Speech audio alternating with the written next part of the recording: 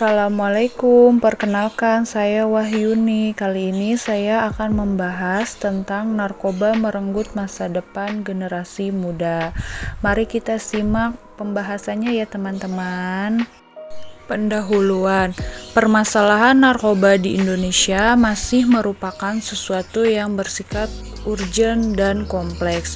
Dalam kurun waktu 1 dekade terakhir, permasalahan ini menjadi semakin marak terbukti dengan bertambahnya jumlah penyalahgunaan atau pencandu narkoba secara signifikan. Perilaku sebagai remaja yang secara nyata telah jauh mengabaikan nilai-nilai kaidah dan norma serta hukum yang berlaku di tengah kehidupan masyarakat menjadi salah satu penyebab maraknya narkoba di kalangan generasi muda. Dalam kehidupan sehari-hari, di tengah-tengah masyarakat masih banyak dijumpai para remaja yang masih melakukan penyalahgunaan narkoba. Narkoba adalah zat yang jika dimasukkan ke dalam tubuh manusia, baik secara oral, dihirup maupun disuntikan, dapat mengubah pikiran, suasana hati atau perasaan dan perilaku seseorang.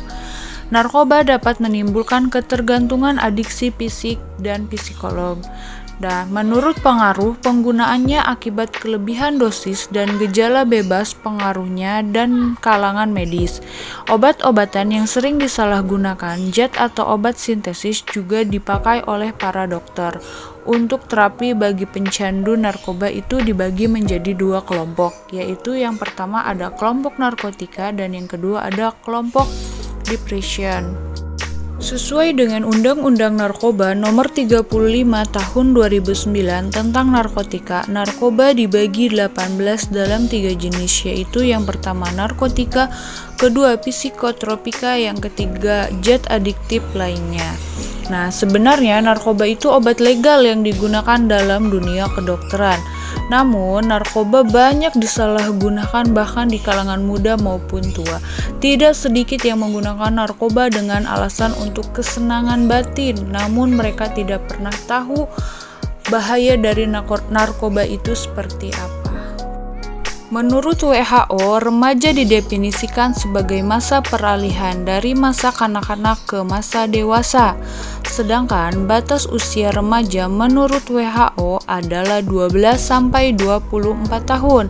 Namun, jika pada usia remaja telah menikah, maka tergolong dalam remaja.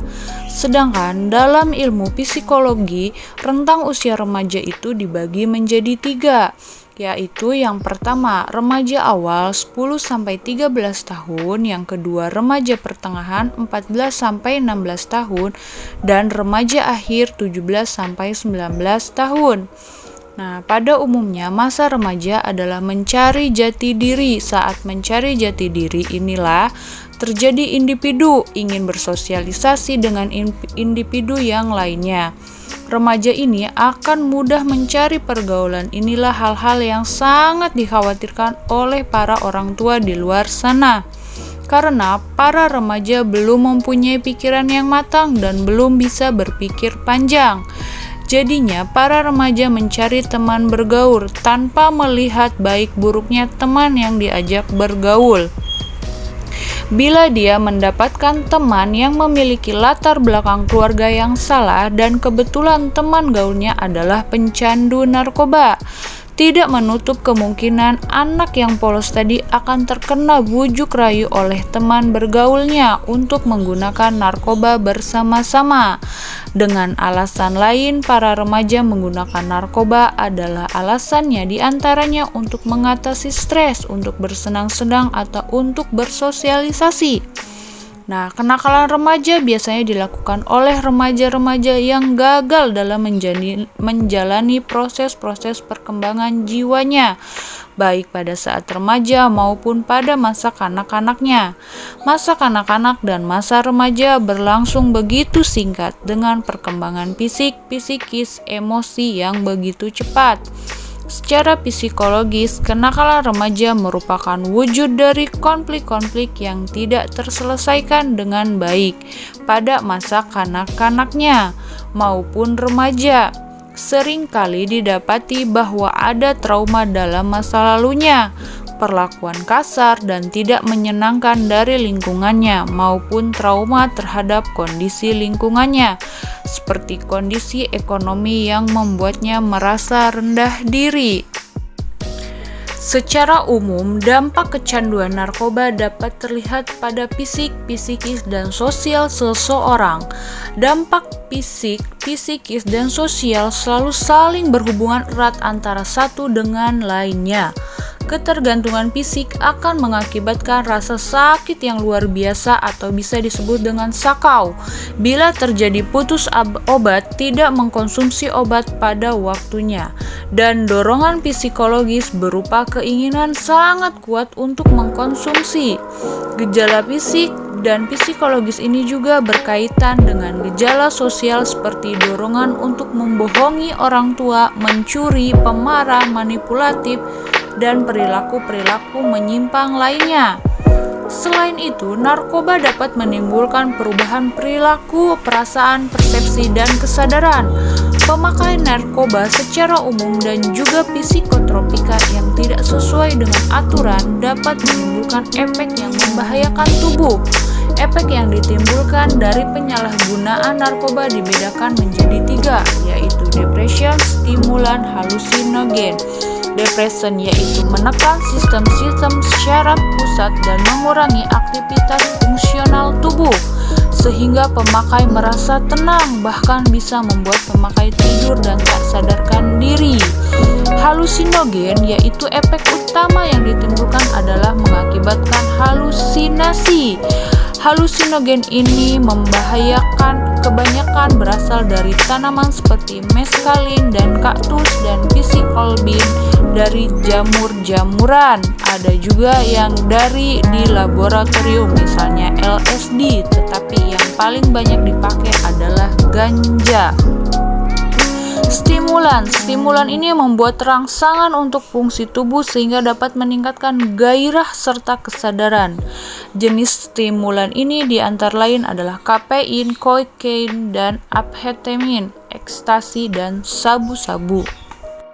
Adapun upaya untuk mengatasi pengguna narkoba pada remaja adalah dengan cara melakukan tindakan preventif seperti memberikan pendidikan agama sejak usia dini agar ketika tumbuh dewasa ia bisa memikirkan setiap tindakan yang akan dilakukan dengan benar dan tidak berjalan di jalan yang sesat, menjalin hubungan yang harmonis antara orang tua dan anak.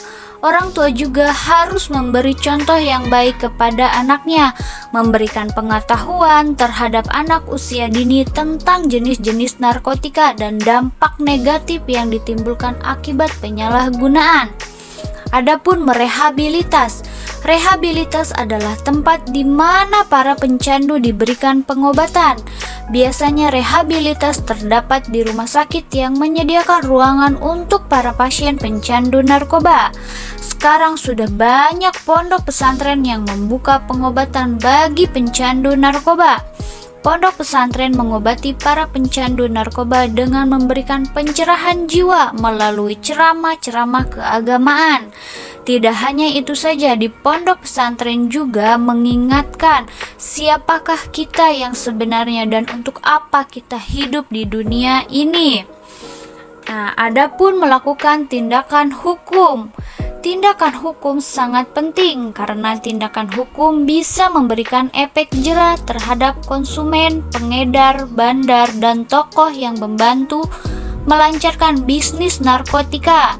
Penyebaran narkotika bisa dilakukan dengan cara bekerja sama antara masyarakat, polisi, dan instansi penegak hukum dalam hal pengawasan penggunaan narkotika di lingkungan sekitar. Kesimpulan yang dapat kita ambil adalah narkoba sangat mudah menyerang di kalangan remaja dan siapa saja. Narkoba dapat merusak mental dan kesehatan fisik para penggunanya. Narkoba dapat merusak sistem syaraf dan beberapa organ tubuh kita. Orang yang sudah merasakan kenikmatan menggunakan narkoba akan terus menggunakan narkoba. Karena itu akan membuat pengguna merasa kecanduan. Mereka akan menggunakan berbagai cara untuk bisa mendapatkan narkoba, bahkan sampai ada yang mencuri. Sudah banyak korban dari pengguna narkoba bahkan sampai harus kehilangan nyawanya. agar anak kita tidak salah pergaulan, maka orang tua juga harus bisa menjadi teman yang memberikan pengarahan dan pengawasan yang baik. Dan jika tidak mengikat, lingkungan sekolah juga harus berperan aktif untuk mengawasi muridnya dari jeratan narkoba. Selain itu, lingkungan sosial, lingkungan di sekitar kita harus bisa memberikan dampak positif, memberikan kegiatan-kegiatan remaja yang bermanfaat.